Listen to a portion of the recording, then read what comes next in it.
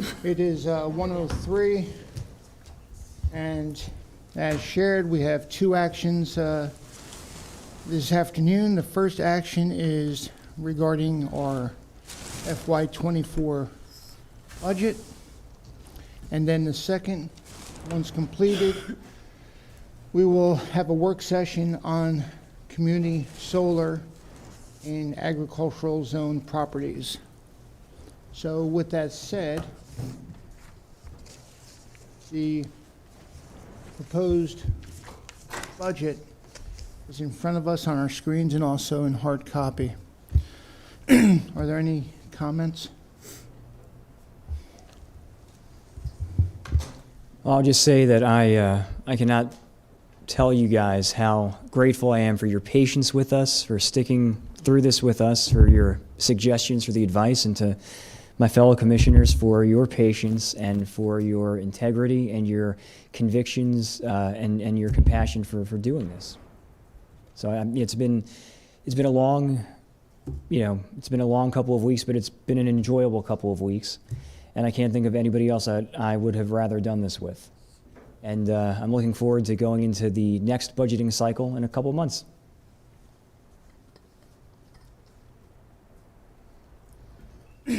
Okay. Are there any other comments? Any questions, concerns?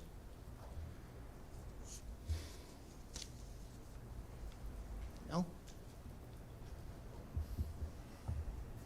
So everybody is convinced and content in moving forward with what we have up on the screen? Okay, so then I need a motion. Motion to draft an ordinance to adopt the budget. Am I getting that right? To direct the staff. I apologize. Motion to direct the staff to draft an ordinance to adopt the budget. Second. I have a motion, I have a second. Any discussion? Seeing here none, all in favor? Aye. Okay, let's move on to solar in ag zone. Just want to say that was the most enjoyable session I've ever had. Well, you don't have people willing to speak up, that's what you're gonna get. I do, yes, sir. Thank you. Yeah.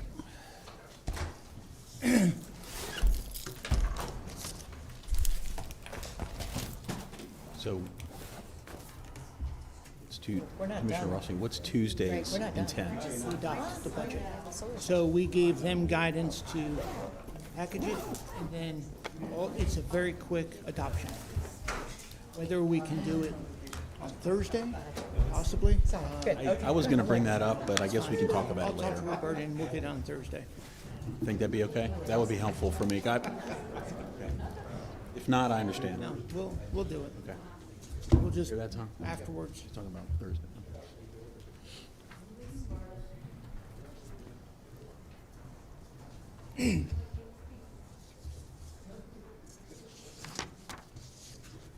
Anyway. No, you're good.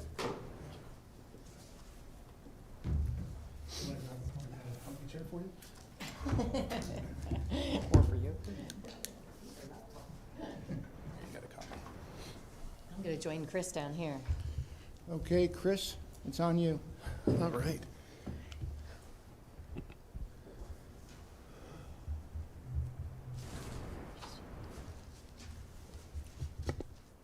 All right, good afternoon. So while you all have been deep in the midst of budget discussions, we have been deep in the discussion of solar. And so this afternoon, we'd like to go through the staff report related to the work group findings and discussions that we've had over the past month. Brenda is not here. She's on vacation. She conveniently picked today to, well, she's actually on a 2-week vacation, but so you have to deal primarily just with myself. So as a means of introduction, so we all know that the impetus for the work group is that a couple years ago, the Board of Commissioners adopted a zoning text amendment to allow community solar on ag properties. And after those after that text amendment was adopted, several projects started coming through the development queue, and there was some concern from communities adjacent to that. And back in March, you all adopted a 6-month moratorium so that we could look a little bit deeper into the code and come up with recommendations on potential changes. So we convened a work group per your direction, and I wanted to just acknowledge the members of the work group, several of whom are here today. So Cheryl Boss and Annette Fleschel are in the back. They are both property owners adjacent to proposed facilities. We also have Patty Toth, who is a property owner who wishes to develop a community solar project. Charlie Kogashal indicated he was going to be here, but I don't see him yet. So he represents the community solar industry. He's not one of the developers, but he is a representative of the industry. And then we have Don Herring, who's back there, and Ralph Robertson I do not see, but maybe he's on his way, who represent the ag community, and specifically the Carroll County Farm Bureau. So I wanted to thank all of them for the time that was spent on this. We had 4 meetings. I think we met in total about 16 hours. All those meetings are recorded and are available on the website if you wanted to go back and review them. So we also had a number of staff that participated. These are the professional engineers, planners, scientists, and so on that work for the county that have familiarity with the subject matter and with dealing with codes, and some of us for decades. So we contributed our understanding of the subject matter and how codes work and so on to help guide the discussions. And we're here to provide any additional guidance and answer any questions that you may have. So.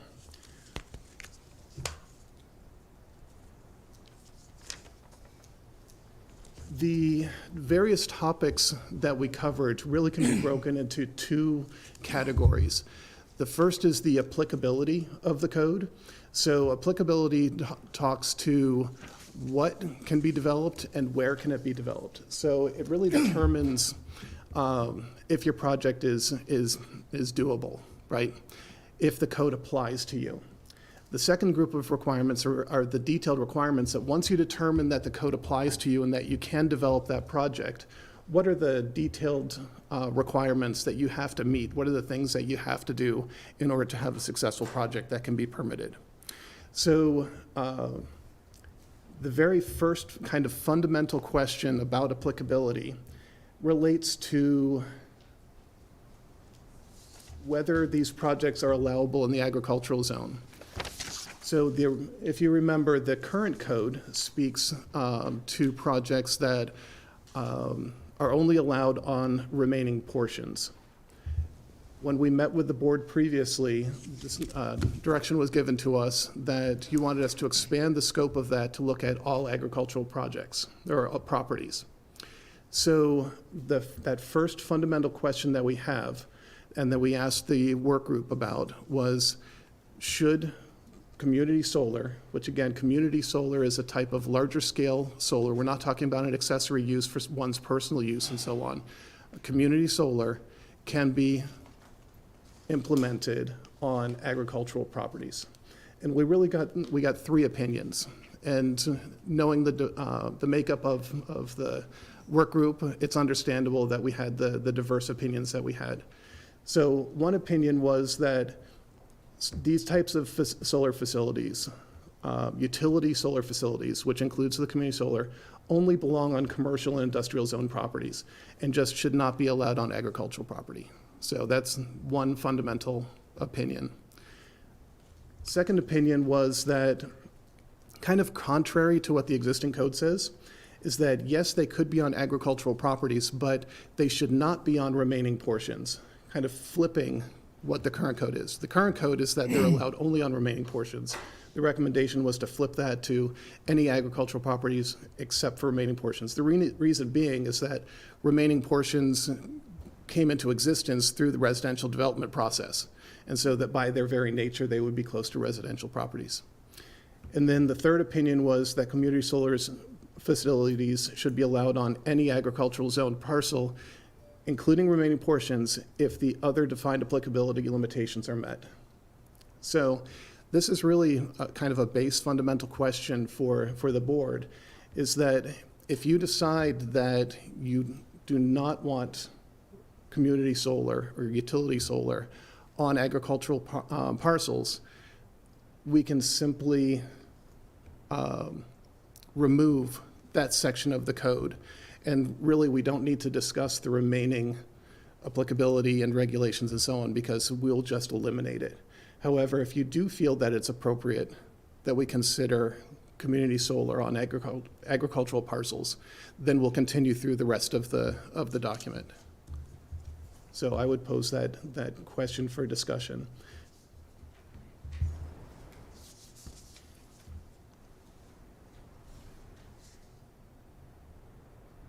Okay, so that's open discussion. That was the lead-in for us. What are thoughts, ideas on what's been shared?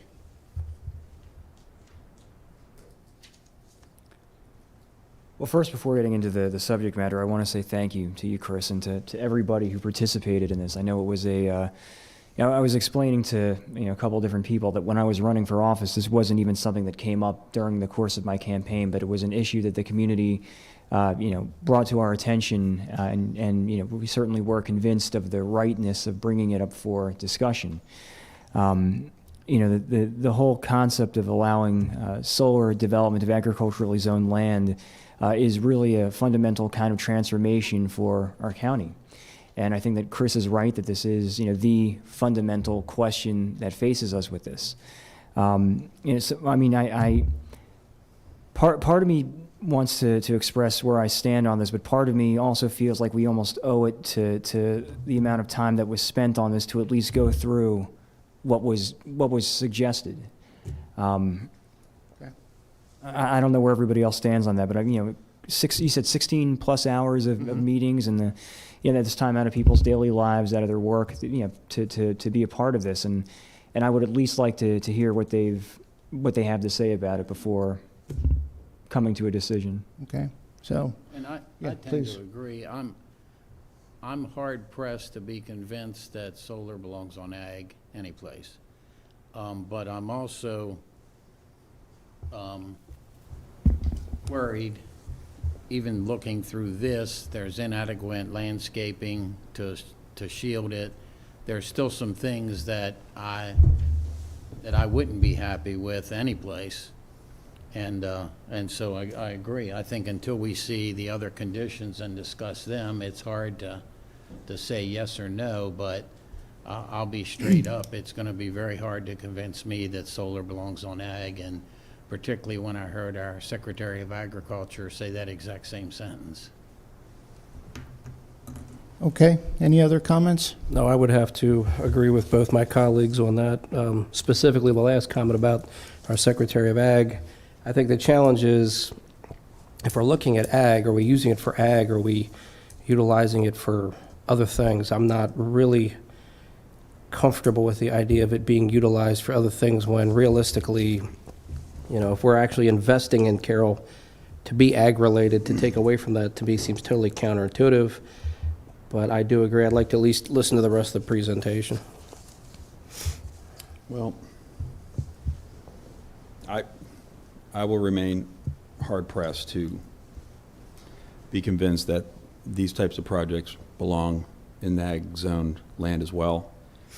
However, it doesn't mean, if that's a decision we decide to come to, that this document wouldn't be helpful, because I know it sounds like a bit of a oxymoron, but I'm not opposed to community solar in the sense of that either. But on ag land, I become increasingly concerned about the directions we're going in on that particular zoning.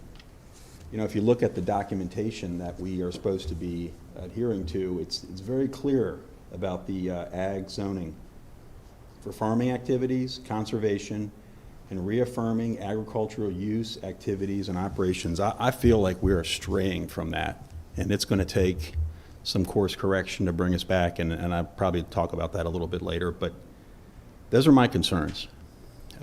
And that's sort of forms the basis for where I sit at this time and place in terms of these particular projects on ag. And for me, it's the opposite.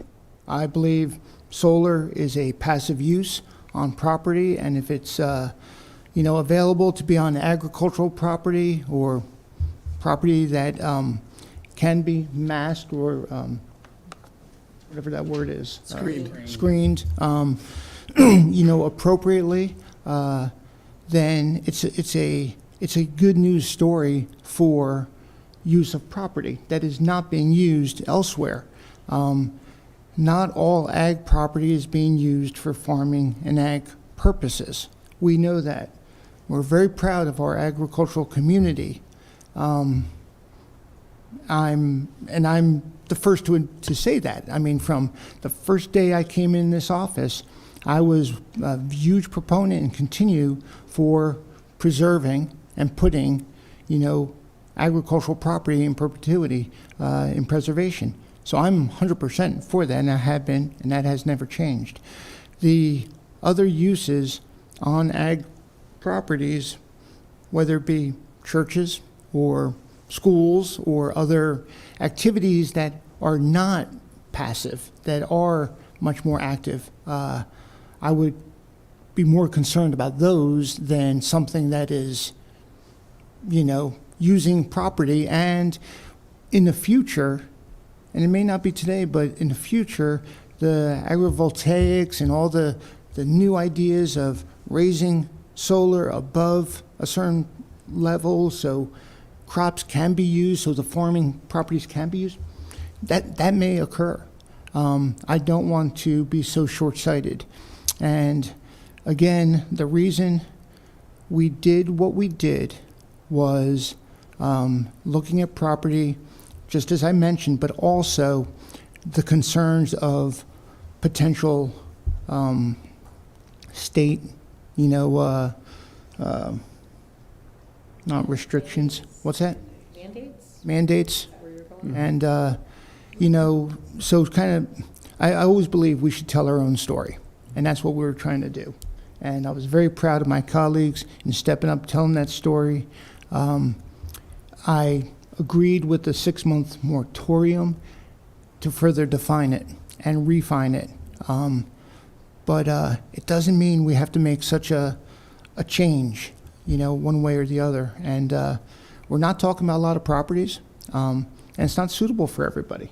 But if we don't allow one, I hate saying be careful what we ask for, because we said that with the storage facility, and but we gotta be careful what we ask for, and we're either gonna take all abilities away, growth on ag, and say nope, nothing, no schools, no churches, no all of those other uses. We're not going to allow any of it,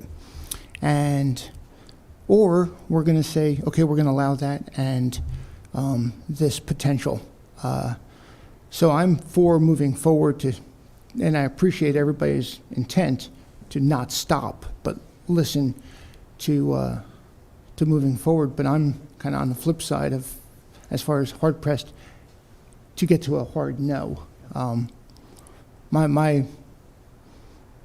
was hard pressed to get to a quick yes early on, in the sense that I wanted to get a 6-month, because that was, I think it's smart. I think, we should have the community engagement. But everybody who says, well, we're a farming community and we're this and we're that, I said, I agree, and we're really proud of it. But not every property is equal, and is this not even necessarily equal, is the same. So that's my 2 cents. And I think there's setbacks and all that kind of stuff that you're going to talk about that may modify or minimize or mitigate circumstances to allow for this, but we'll get into that. And I'd just like to make one more comment, because Commissioner Guerin, I think, made it well. I am not opposed to community solar, and the argument that I am doesn't help anybody's case. I want to see it on industrial and commercial. I want to see them going as quickly as possible.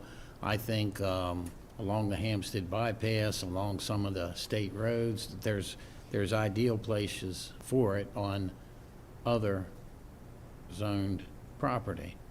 But again, I do want to see the setbacks. Like I say, me reading it, there's still inadequate trees. And I'll be honest, I just don't understand that. I wouldn't want a structure next to me that needed to be screened and say, well, don't worry, in 5 or 10 years it will be. It needs to be before it's built, and that's not what's in here, but Okay. Well, very good. So I'll progress through the report. It was all provided to you in advance, so you'll see that the general format of it is that we tried to capture all of the various opinions of the work group, and then we boiled that down into a summary of those of opinions. And then we added in a staff recommendation, because really at the end of the day, we have to get past all of the opinions and we have to put something down and make a decision. And so staff used our experience, technical understanding, experience with code, and so on to try and reach a good compromise if the opinions did not have a consensus, and to make a recommendation. That recommendation is just for your consideration. Obviously, whatever you come up with, that's how we'll move forward, and that's what we will then enforce when it's in place. So as we go through this, as I mentioned, the work group is all here. So if at any point you'd like further clarification from them, they can certainly speak up and talk to those various things, those items. So to start with, just to wrap up this, the question about applicability related to on the ag district or not, couple of key points. One was that, obviously from the ag community and the Farm Bureau, very concerned about ag preservation. And so there was some discussion about preserved farms and so on. And everybody was in complete agreement that preserved farms that are currently preserved, we are not talking about those. The easements that are on them do not allow for commercial uses and so on. So those properties are preserved, and this would not be consideration for community solar. Would not be something that would be considered on those farms. So everybody was in agreement on that. Related to this first topic, the staff recommendation was to go with option number 3. The reason being is that option 2, which talked about precluding from remaining portions. Remaining portions are a description. They're not a zoning code a zoning use unto itself. It's really just a description of that property that remains after residential development has occurred. So for instance, the part of the difficulty we could get into this is that if someone has a 100-acre farm and they take one lot off of that 100-acre farm, by the definition of what a remaining portion is, the rest of that farm is a remaining portion. But it really has no legal connotation to it and so on. And that 100-acre farm may be perfectly suitable for community solar.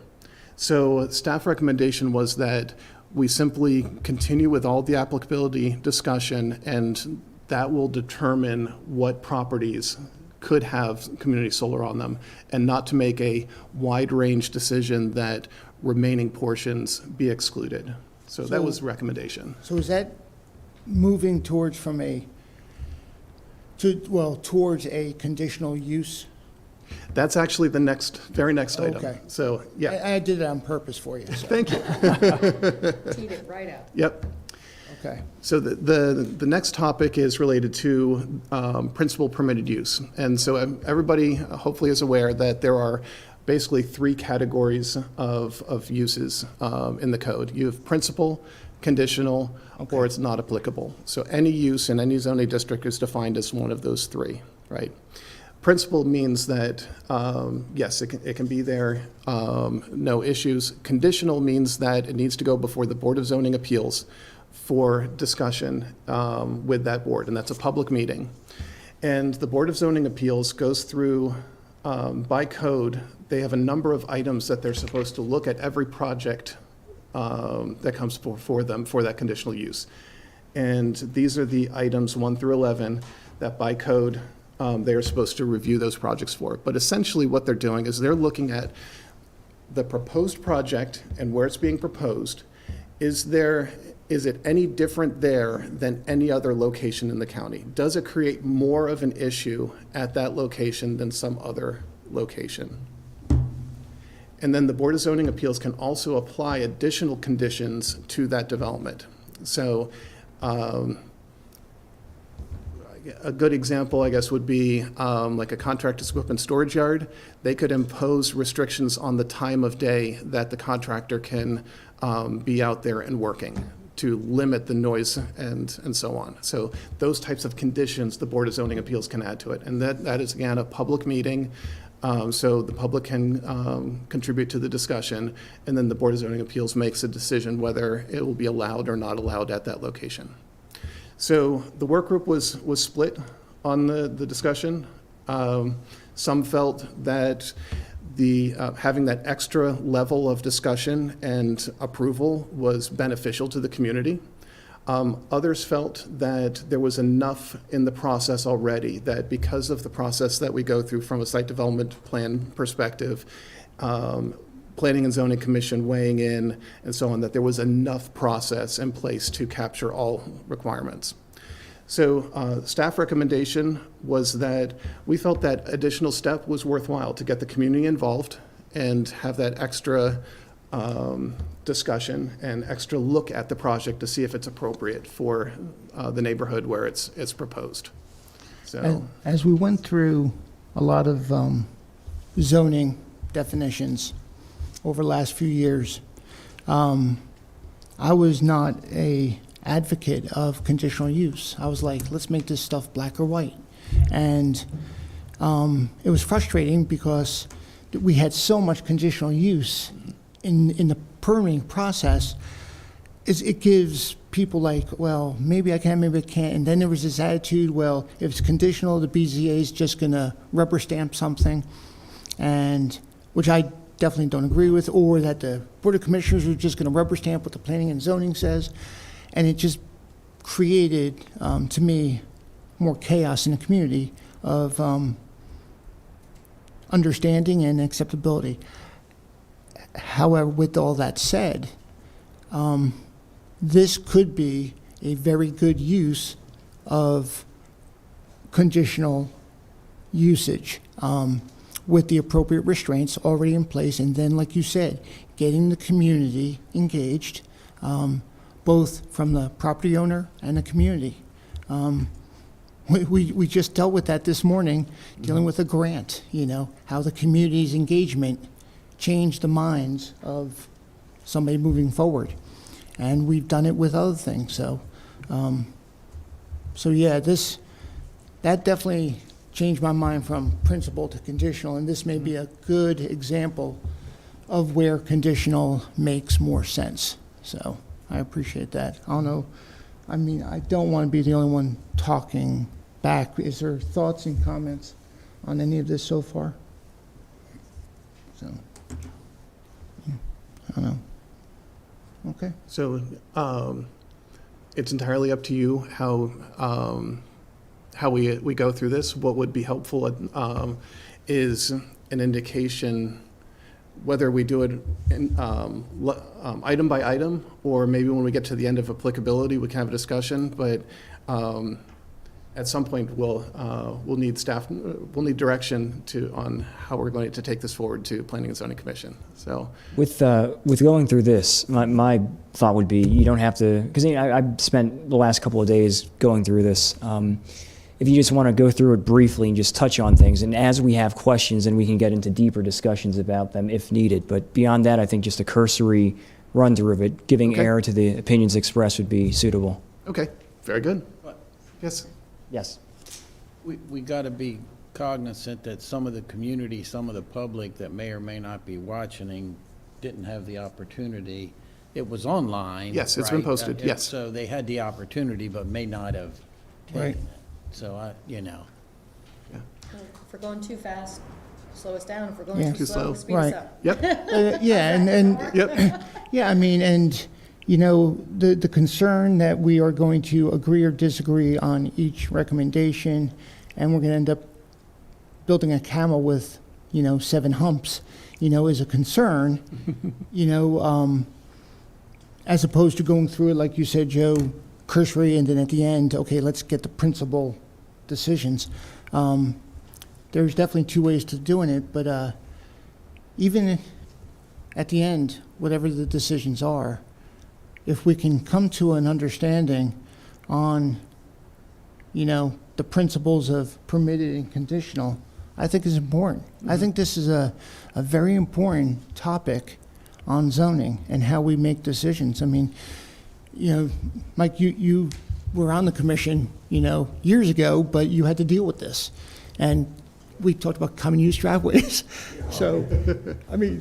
Don't get me started on those. I mean, I think what's interesting is you and I, we seem to be maybe on opposite ends of this particular issue, but I think it is highlighting this whole issue of particularly the agricultural zones and the approved accessory and conditional uses and where we are with those, everything from the definitions to the uses and intended uses. So it sounds like, again, I was prepared to talk a little further about that later, but I agree with you on that point. Yeah. Okay, yeah. Okay. So we'll continue through. And I guess to speak to the seven-humped camel concept. Yep. I think each of these topics is discrete enough that they don't have a lot of impact on other. So Okay. I think a decision could be made on, Yeah. on each individual without creating a Frankenstein of Yeah. code Yeah, with yeah. conflicting No, ideas, so. Okay. And also, again, it's lessons learned for other hot issues that, we have also brought attention to, whether it's storage facilities or bulk requirement. We've gone back to, I won't say the drawing board, but have taken steps back to allow us to move forward. And permitted conditional use is a key one, so, Yeah. okay. So the next topic was minimum parcel size.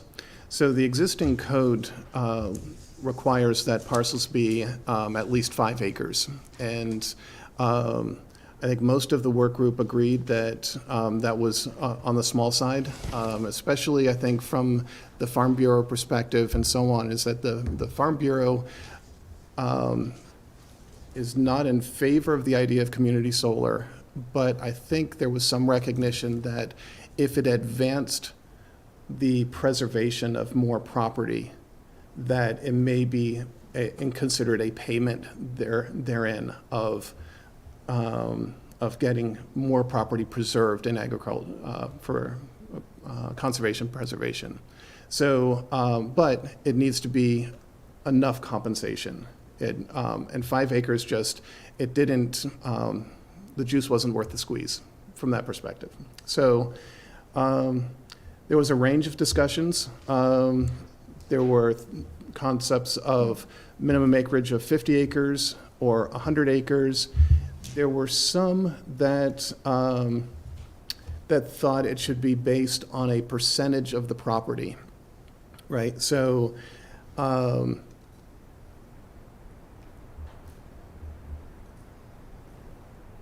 but there was a difference of opinion on what percentage. So some suggested 25% of the property, while others suggested 60. So as an example, if using 20 acres, a 20-acre solar facility, if you were using the 60% guidance, in that a solar facility cannot take up more than 60% of the parcel that you're talking about, you would need a 34-acre parcel would be the minimum size, right? If the recommendation is 25%, then you would need an 80-acre parcel in order to get 20 acres of solar.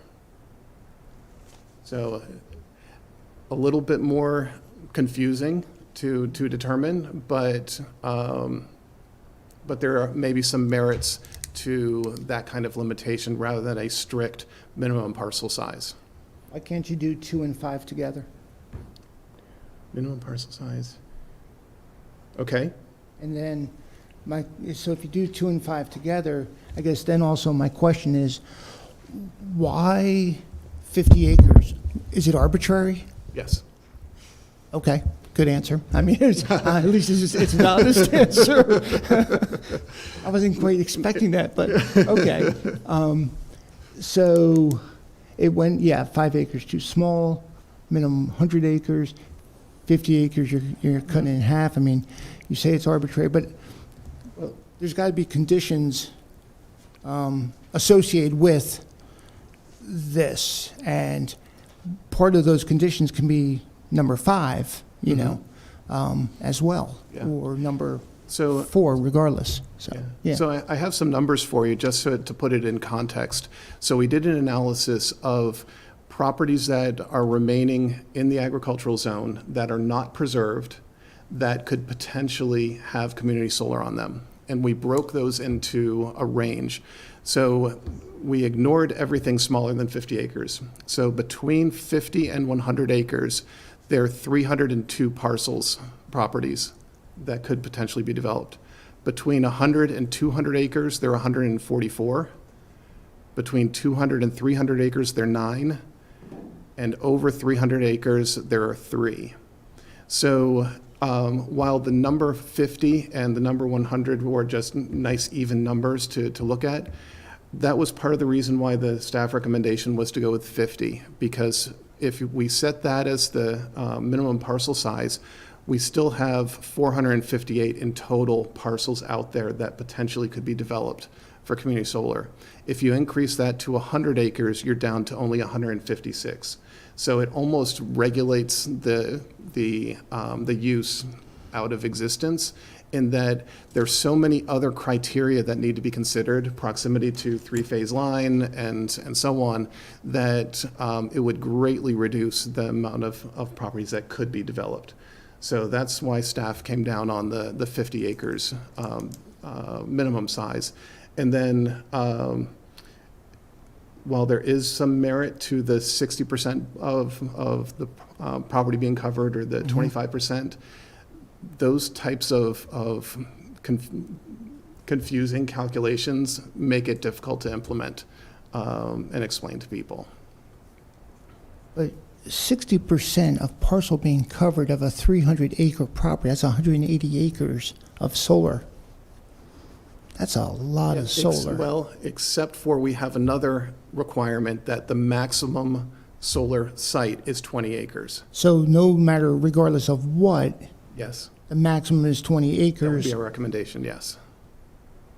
Yeah, but if you use the 60% number, what it's saying is you would need 180 acres, if I remembered your math, to put a 20-acre solar on it. So, and this is why we recommend just the base 50. Yeah, so, okay, So so, Okay. if you use 60% and the 20-acre solar facility, if we consider that the standard, we keep that variable set, right, 20-acre facility.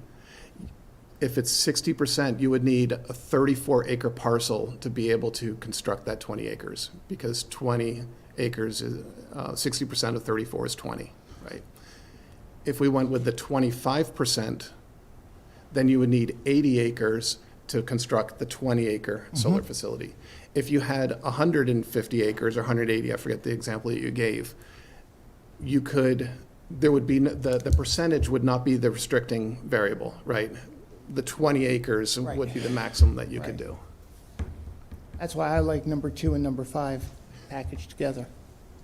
And to your point, if you did 2 and 5, it would just mean the 50-acre parcel could only have 12 and a half acres, and there Right. are some being designed that That's are right. 12, 13, 14 Yes. acres. And that's what I was So thinking.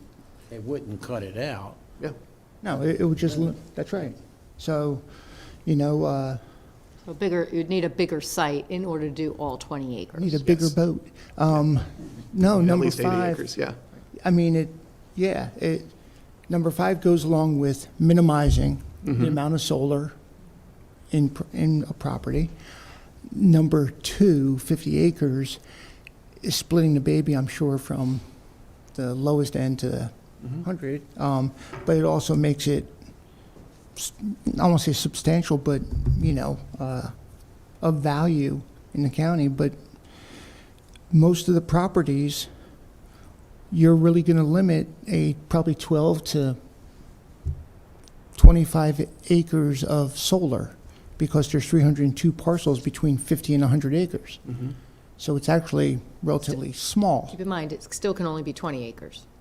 and it could only be 20 acres. Right. Yes. Okay. So So even if you it had would 100, be, you could so it'd be still- 12 to 20 acres on those, which is relatively small. Mhm. And then everything else, that 160, whatever, properties, you're really not going to have the ability, well, it depends on where it is on the property, of course, but if it's fenced, shielded, whatever that word was again, that may be, we go, okay. Any thoughts on this? I mean, I'm kind of just brainstorming in my head out loud, but I guess, and maybe I could have been a little clearer earlier, and I apologize, Commissioner. The way that at least that I'm looking at this is to get like a summary presentation of everything in here. And then based on going through that, if I had questions about anything along the way, I would ask them. With the ultimate goal coming back down to that fundamental question, do we allow solar development of agriculturally zoned land, period? Okay. So by going through the presentation, we come back to that fundamental, the foundational question. And then if the answer is no, then, we gave the presentation the time that it deserved, that it earned, and we move on. And if the consensus among this body is yes, then we're able to go back in to look at these things, I guess, in a more detailed and discussion-oriented way. Okay. At least that's how I'm approaching this. I'll keep moving.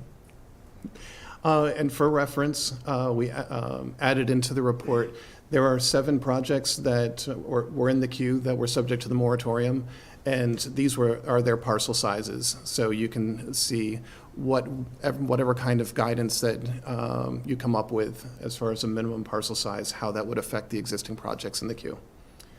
So we've already talked about this, the maximum project size. I think there was consensus by the work group that 20 acres maximum was a good number. We talked a bit about maximum energy production. So when we developed the initial code, we set that at 2 megawatts to match state law. However, state law has since changed that community solar can now be up to 5 megawatts. But here in the county, because we have the limitation on 2, that would still be appropriate because we can be stricter than state law. We talked about it, though, and a very good point was brought up in the discussion, and that is that I don't believe anybody is really concerned about the amount of power that's being generated from the solar facilities. It's the impact, right? It's how many acres, whether it's 20 acres or how much space it takes up. And over time, technology may change. So if you establish a project right now and you take up 20 acres and you're producing 2 megawatts, but 10 years from now, solar panels become more efficient, and on the same space, you can swap out those panels and now get 5 megawatts, why wouldn't we allow that? It's not any increased impact and so on. So to allow for that change in technology and to follow the state law, I think the majority of the work group thought that removing the requirement of a limitation of 2 megawatts made sense because we have the other restrictions regarding the size and the impact to the property. Productive soils was a hot topic, a lot of discussion related to that. So the NRCS maps the soils around the county, and the quality of the soil for production ranges from a gradation from 1 to 8, with 1 and 2 being highly productive.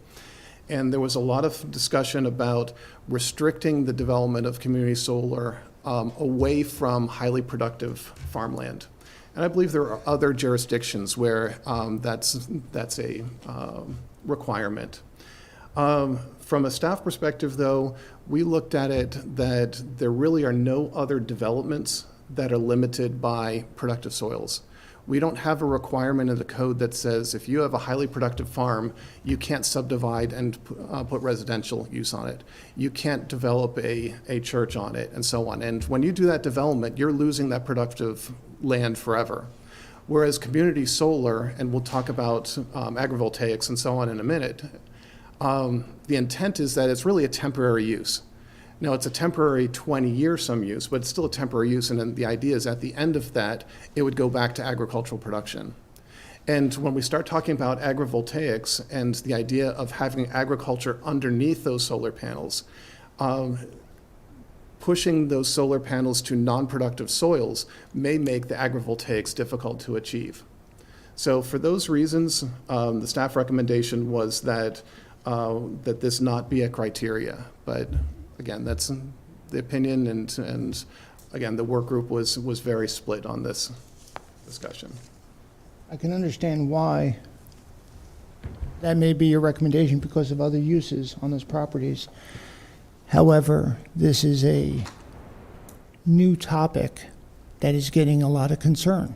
And, you know, there's, I mean, I don't want to say you bend one way to get somewhere else, but if a major concern is to ensure we have the most productive agricultural properties available in Carroll County in use, then we want soils 1 and 2.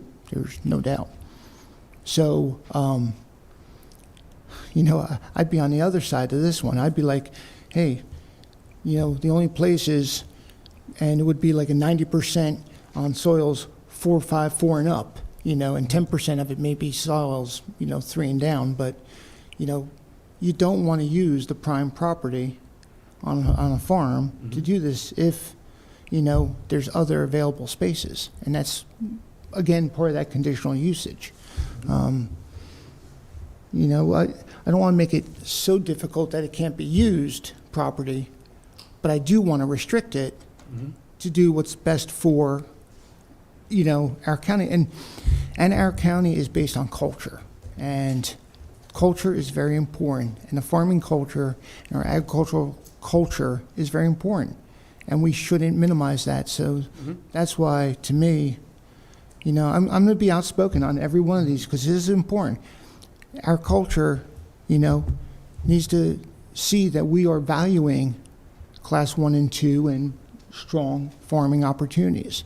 There's also folks that have properties and they call themselves farmers and they have property and I don't know if they've ever farmed, and I'm not one to say because I'm not. But, you know, I want people to take advantage of their properties, but I also don't want to lose that culture. So, Understood. I don't know. I mean, Kenny, you're the closest I know here to a farmer. What are your thoughts on that? I mean, Like I say, this is going to be a hard sell for me, but all I hear from people is, well, this guy has 20 acres and it's rocky and on a hill and it's not really farmable. But we don't care, you know, and it's nice to say, you know, well, what about this, what about that? But it's what about what the rules are. So, yeah. I would think if we care about agricultural land in Carroll County, then the soil type gets more important. Yeah. Understood. Okay. All right, the next 2 topics relate to zoning and use. And just take a second to make sure that everybody's clear on the difference. So zoning, that's, it's described here, a legal mechanism that identifies the types of uses that it can occur on properties and in certain areas. So zoning would be like agricultural or residential or commercial or industrial. It doesn't speak to the, and then within those districts, there are a list of uses that are allowable in those zoning areas. Use is how it's, exactly what it said, how it's used. So you can have a residential use on agricultural zoning. And for the most part, what we're talking about here with the remaining portions are properties that were developed for residential and left a remaining portion. So those properties that have houses on them, they are a residential use, but they are zoned agricultural. So one of the discussions was proximity to other zoning districts. So proximity of agricultural property to, say, residential zoned property or commercially zoned property. And I believe that really the work group came to the consensus that establishing a restriction on proximity to a zone did not make sense, that it was not needed, because they were more focused on the usage and the separation of the community solar infrastructure from houses and so on. So if we go to residential uses, again,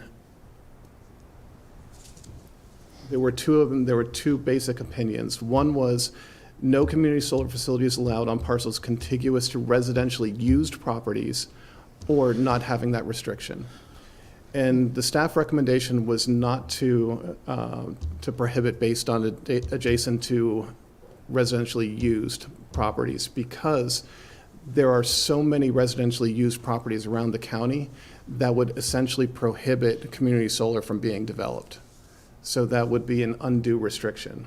And what we would rather do is rely on the other applicability requirements and then the requirements that of screening and separation and setbacks and so on to address the issue.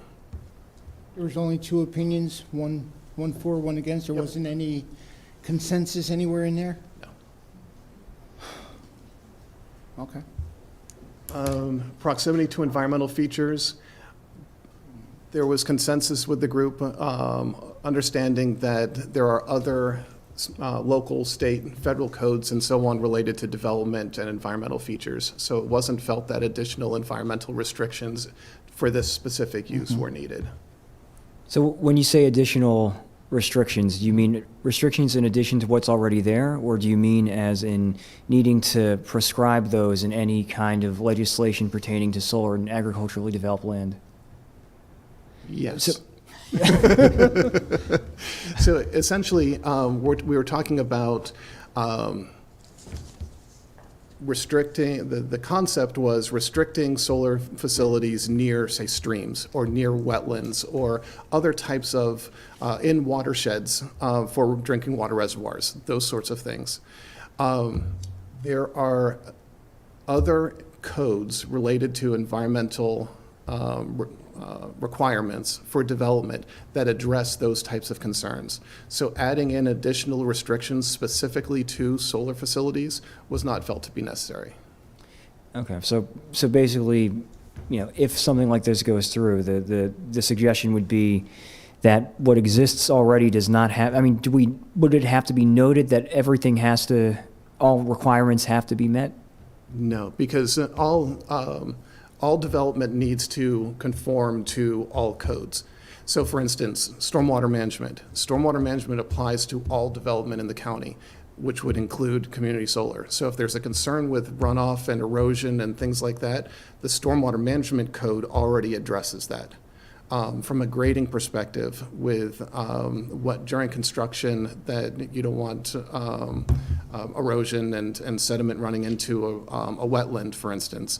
Gotcha. There is already a grading code that all developments all construction activities must conform to. So it wasn't felt that something additional was needed. Thank you very much. Sure. The next topic was potentially limiting the total amount of solar facilities countywide. So this would be like setting an upper limit, that we don't want any more than 1,000 acres of community solar in the whole county. And there were different ways that we could come up with that kind of metric. 1% of all available agricultural property, or there are a number of ways that it could be calculated. And because there are all those different ways that could be calculated, that's why staff came down on the concept of not implementing something at this point, right? Because we don't know right now how pervasive this is going to be. And we feel that putting in the other limitations, as in if 50 acres and larger are required, and then you look at all of the other criteria that for siting of community solar, we think that it's going to be self-limiting. So a total limit is not needed, because we couldn't come up with a recommendation what that limit would be. Is it 500 acres? Is it 1,000 acres? It would be kind of an arbitrary number, and what does that number really mean?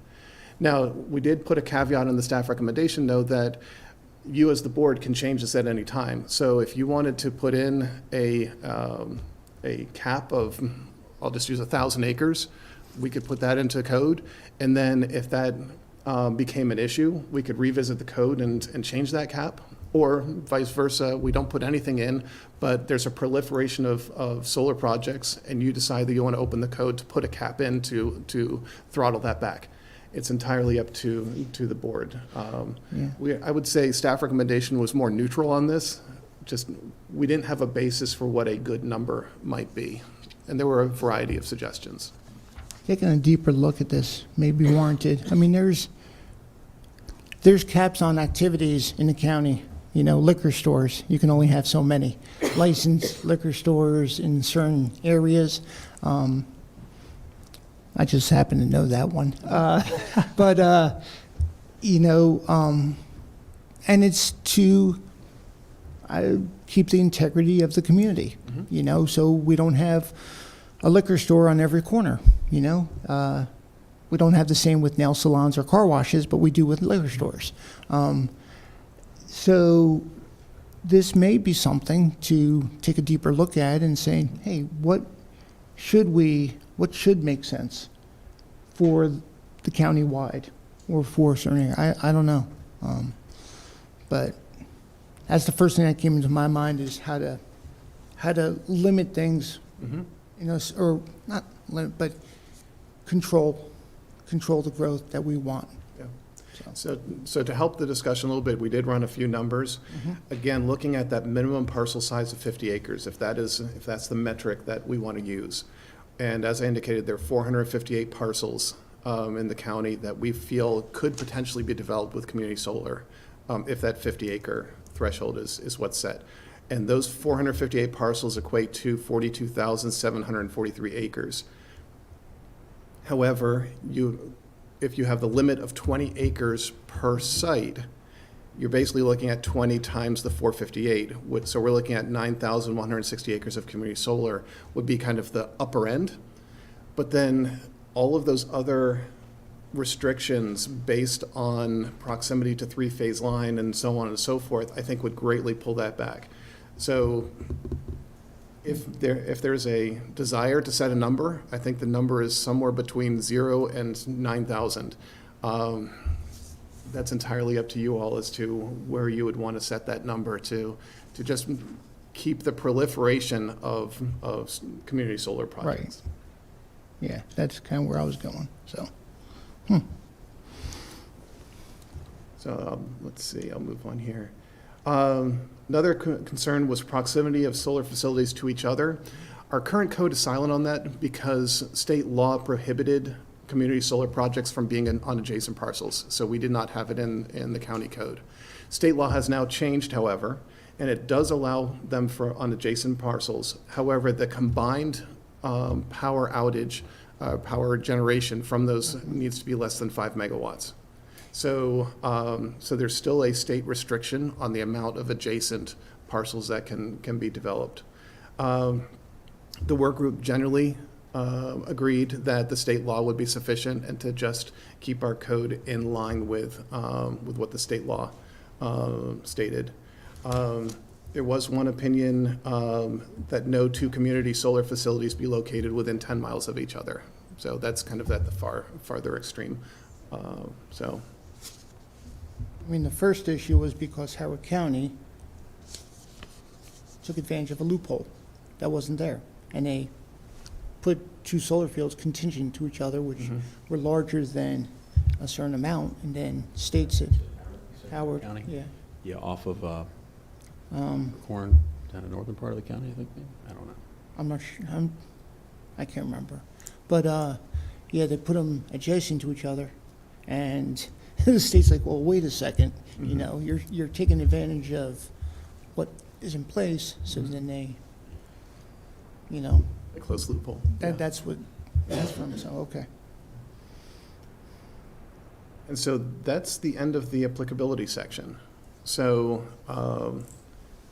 those are the topics that were discussed as to whether community solar should be allowed or not allowed in the ag, and what the additional restrictions would be based on size and so on. Yeah. So what are some thoughts? Has anybody here ever heard of Stanley County, North Carolina before? No? Stanley County, North Carolina is not too far outside of Mecklenburg County, outside of Charlotte. I know the area well. I went to college in Charlotte. And they've been grappling with this issue for quite a while. They call it solar power generation, but it's the same concept as community. They've got a 10-page ordinance, and they are just struggling with this issue. It is not going away. It's go online. You don't have to take my word for it. It has not gone well for Stanley County, and they have a 10-page ordinance, and it is pretty detailed. And I think I've shared it with some of you. I've shared it with Chris as well.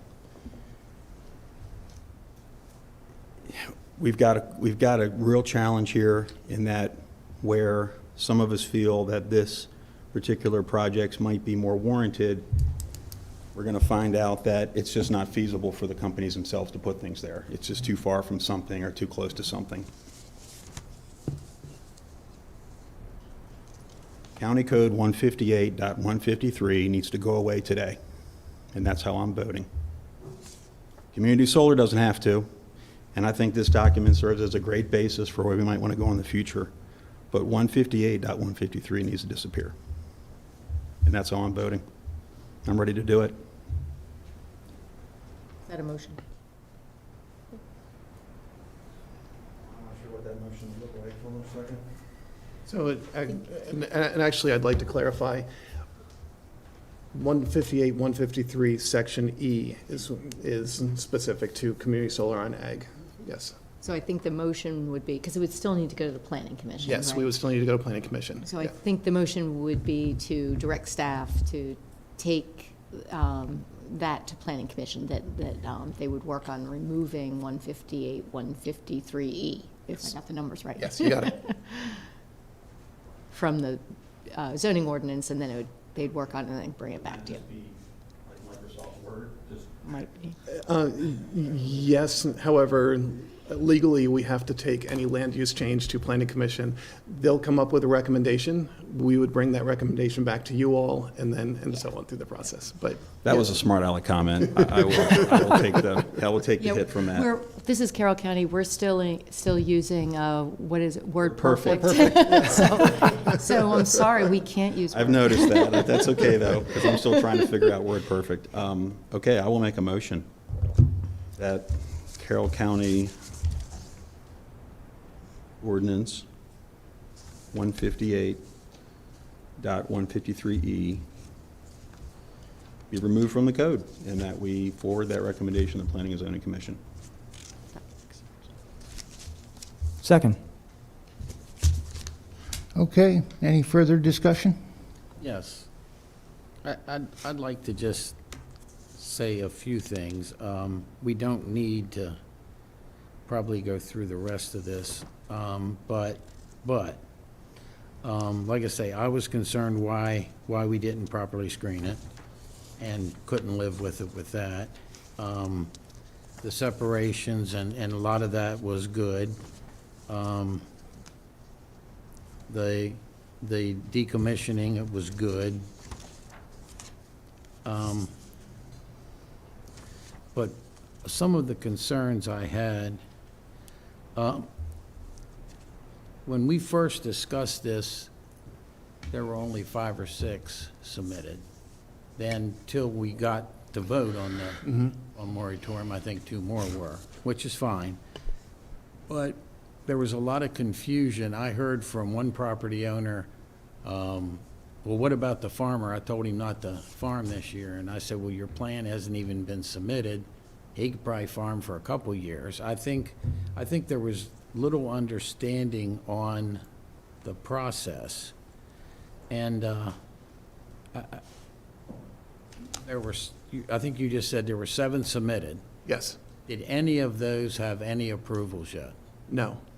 And so they still had multiple steps to go through. It's possible you just said, no, this doesn't meet the setbacks, or no, you need to do stormwater management, or, there was a lot of process. I think there was a lot of confusion over that. I don't know whether people just assumed it, or people were telling each other like, oh, yeah, you're gonna do this summer. I'm getting a plan in March, and you'll do it this summer. And unfortunately, no kind of development works that quickly. And I understand, again, I've said it before, my daughter-in-law's done more solar than what would be the total in Carroll County someday, with big, big projects, and goes back and forth with zoning and whatever. She's very passionate about it. I do think we need solar. I do think we're ignorant if we think we're gonna stop fossil fuels next week.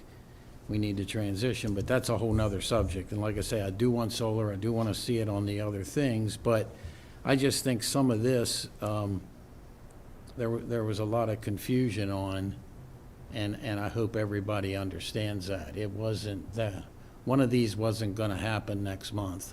No. But hopefully, there's some commercial and industrial that are very close, if not maybe even happening.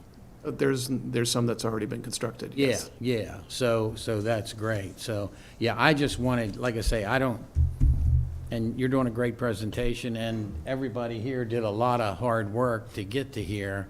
I don't want to diminish that in any way, but I think that's some of my concerns, and I said 2 months ago, and I'll say again, I was hard pressed to think that solar belongs on ag in Carroll County. And obviously in other jurisdictions too, but that's not our problem. Okay. Any other comments? Quick question, actually, not a comment, but Chris, do you know how many acres we have currently in solar in industrial by chance, roughly? Is there any? I do not off the top of my head. I'm looking at Kirsten and she's avoiding my eyes. Kirsten has the best information on it, but probably not off the top of her head as Okay. far as the number. Not a problem, thank you. We can Yeah. certainly get you that number, though. If you could, when you have a chance. Yeah, absolutely. I appreciate it. I mean, my only comment is I'm not sure why we spent 45 minutes doing this. I feel like it was just going through emotion. I mean, a lot of good content, a lot of discussion and work. And I think if we allow for conditional use in solar and ag, it would weed its way out into appropriate usage. Whether it be a 50-acre parcel as a minimum, 20-acre as maximum to use for solar, the appropriate setbacks, the appropriate everything for conditional use of solar, to me makes sense. But we are, I mean, it was, I think, already determined walking in this door, sitting down, what it was going to happen. So I'm not sure why we just did this and you just didn't provide a fact sheet. But, I mean, there was very little dialogue. And I was wanting to see more because, again, it's about maintaining Carroll County's culture while we move forward in capabilities like solar, because we're directed and mandated to look at this hard. I do believe it belongs in industrial and commercial and other opportunities, just like on that building up in Hampstead, the Random House. I mean, that's phenomenal. But opportunities for appropriate properties, I'm like, I don't know. It's unfortunate, not sure why. Like I said, I sat through this and it was just, okay, got it, we're done. No. Well, So, I'm sorry. no, so unless there's more discussion on it, we can vote. Well, I did make a motion, but since we're still in the discussion phase, I've been talking about this issue for over a year. And every time I met with concerned citizens in my district, they weren't asking me how to stop it. They were trying to find ways to have it happen and not have it impact in a negative way their house, their residential home, the place where they want to retire or have grandkids over. That's what I've been doing for the past year. I think 45 minutes to discuss the report, which I think we all went over prior to meeting here, wasn't a complete waste of time, because I think it illustrates that it's a hard thing to try to make work. It's a very hard thing to try to make work. And I hope that this document serves as a basis for maybe we can move in the future. But, yeah, I don't feel as though we haven't spent enough time talking about this. I feel like we've spent a lot of time talking about this. Okay, any other? Go ahead. Oh, I'm sorry. Oh, please. I'm glad we spent the time. Like I say, I was leaning one way very heavily. I spoke out against this when it was decided in whatever it was, 2-3 years ago. But it happened. What concerns me with this, I saw plans right at the minimum setback, right at the minimum everything. Earlier today, we heard a group come in with a great idea, a need as passionate as solar. And because a couple neighbors didn't like it, they withdrew it. I didn't see anybody in this group willing to do that or even compromise. I mean, like I say, when you submit the minimum fencing, the minimum screening, the minimum distance back, I gotta choose my words. And I've done developments, a lot. It tells me they don't care. That's better than the phrase I was thinking of. Who? It tells me they don't care about the surrounding areas. Now, I understand that people are so passionate about this, maybe they don't care. And they just think all of us ought to see the need and take whatever it takes. But I wanted to hear this, and I did read it, and I'm glad we've had the discussion. But, yeah, I think I can see what the outcome's gonna be, but that didn't mean that they wasted their time for 2 months, or like you said, we've spent hours and hours on this, probably.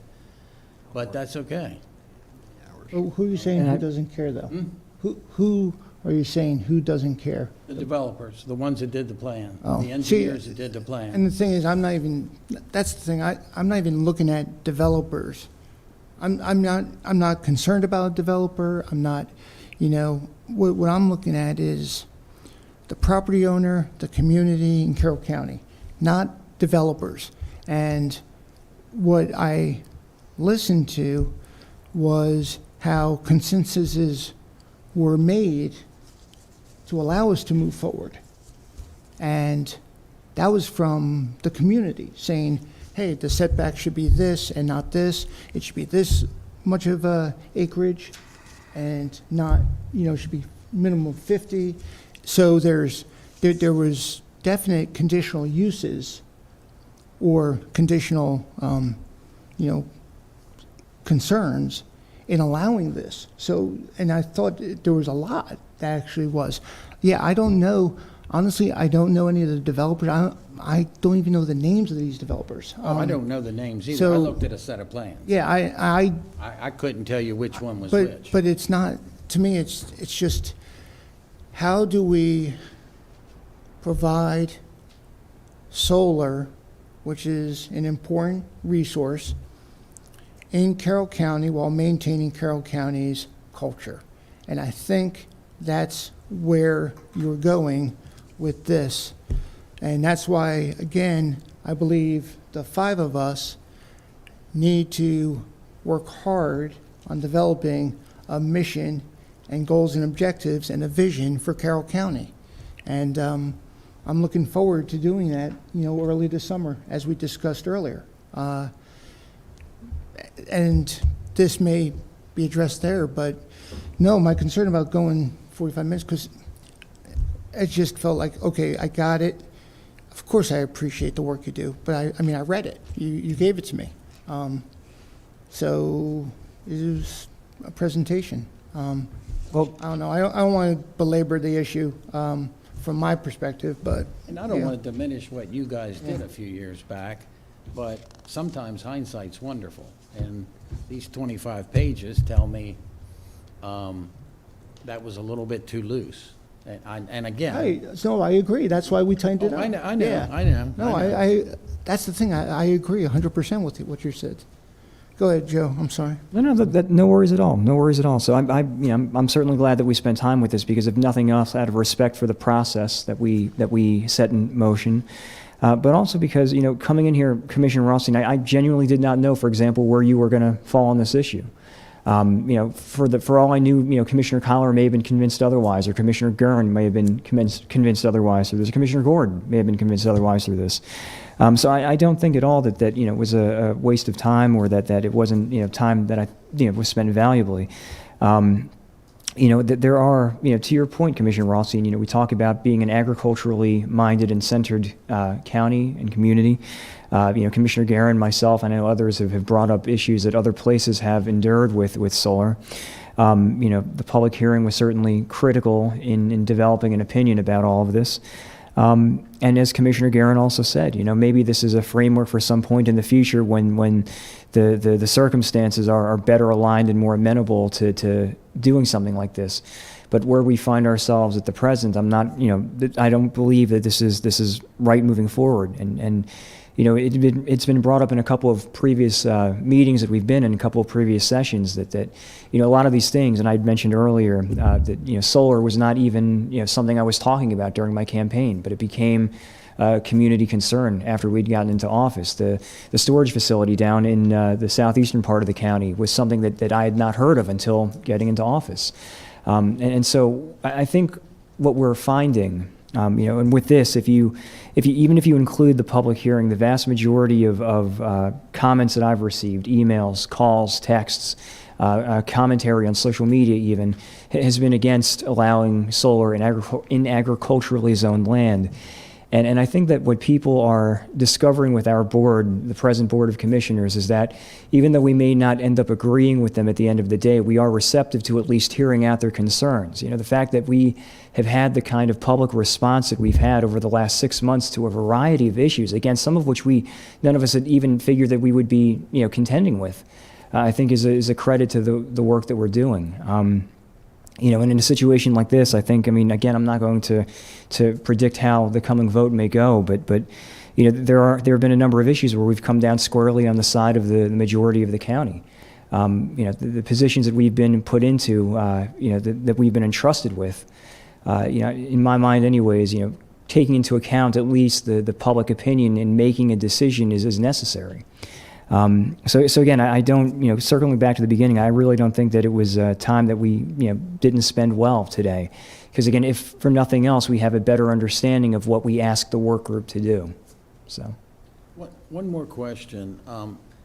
If I own a piece of property and I get denied certain zoning, there's a time frame before I can try again. If this goes away today, and let's say Commissioner Rothstein wants to propose community solar with a whole different set of rules, is there a time frame, or is there anything restricting that from happening? Are you talking from a property owner's perspective? No, I'm saying from a property owner's, there's a time frame. Okay. You Yeah. have to wait for certain things. On an ordinance like this, there's no restriction, right? So the Board of County Commissioners, if this, let's say this goes through the planning process and comes back to the board with a recommendation to white out this section, and the board does that, then that is the decision of the Board of the County Commissioners. If it's a 5-0 vote, any of the 5 of you, just to keep it simple, can bring that up again and say, gentlemen, I'd like to reevaluate our, community solar in the ag zone. So that's sort of the mechanics, how the board operates. I think what you're referring to, and I'm looking at Mary and Hannah and other zoning people, or planning people, with regard to if you go through a spot rezoning, and you're denied, did I use the wrong word? Piecemeal. Yep. Piecemeal rezoning. We're not spot rezoning. If Maryland's watching, don't. If you go through the proper process to rezone your property and it's denied, then yes, there is a time frame, and I think it's 2 years. 2 or It 5. was 5. Yeah, some number of years. But it's a timeframe, I but think- I this, think it's 5. there's no time for, this could be brought up 2 months from now again. If the board decides, after, again, the planning commission process, if the board decides to make a change here, and then a week later decide to open it all up again and make a different change, as long as the person suggesting it was on the right side of the vote, the winning side of the vote, then yes, you could do it. Okay. And that's why I wasn't sure if you were asking about the board or a property owner. And I think it's 5 years, but I may be mistaken. Say again? It's 5, right, Jay? With the BZA, if the Yeah. decision's turned down, it's 2 years down. Rezoning is Rezoning's 5. 5, Yeah, so that's what 2 I'm is thinking. 2. Okay, But this, okay. I didn't want to assume this had nothing and be wrong. Right. No, always better to ask, yeah. Okay, Okay. I'm done. Still have the motion in the second, right? Did I have a second? We have a motion, we have a second. We already did, yeah. Any further discussion on this? All in favor? Aye. And I'm against. Okay. I need a motion to adjourn. So moved? Second. All in favor? Aye. Thank you.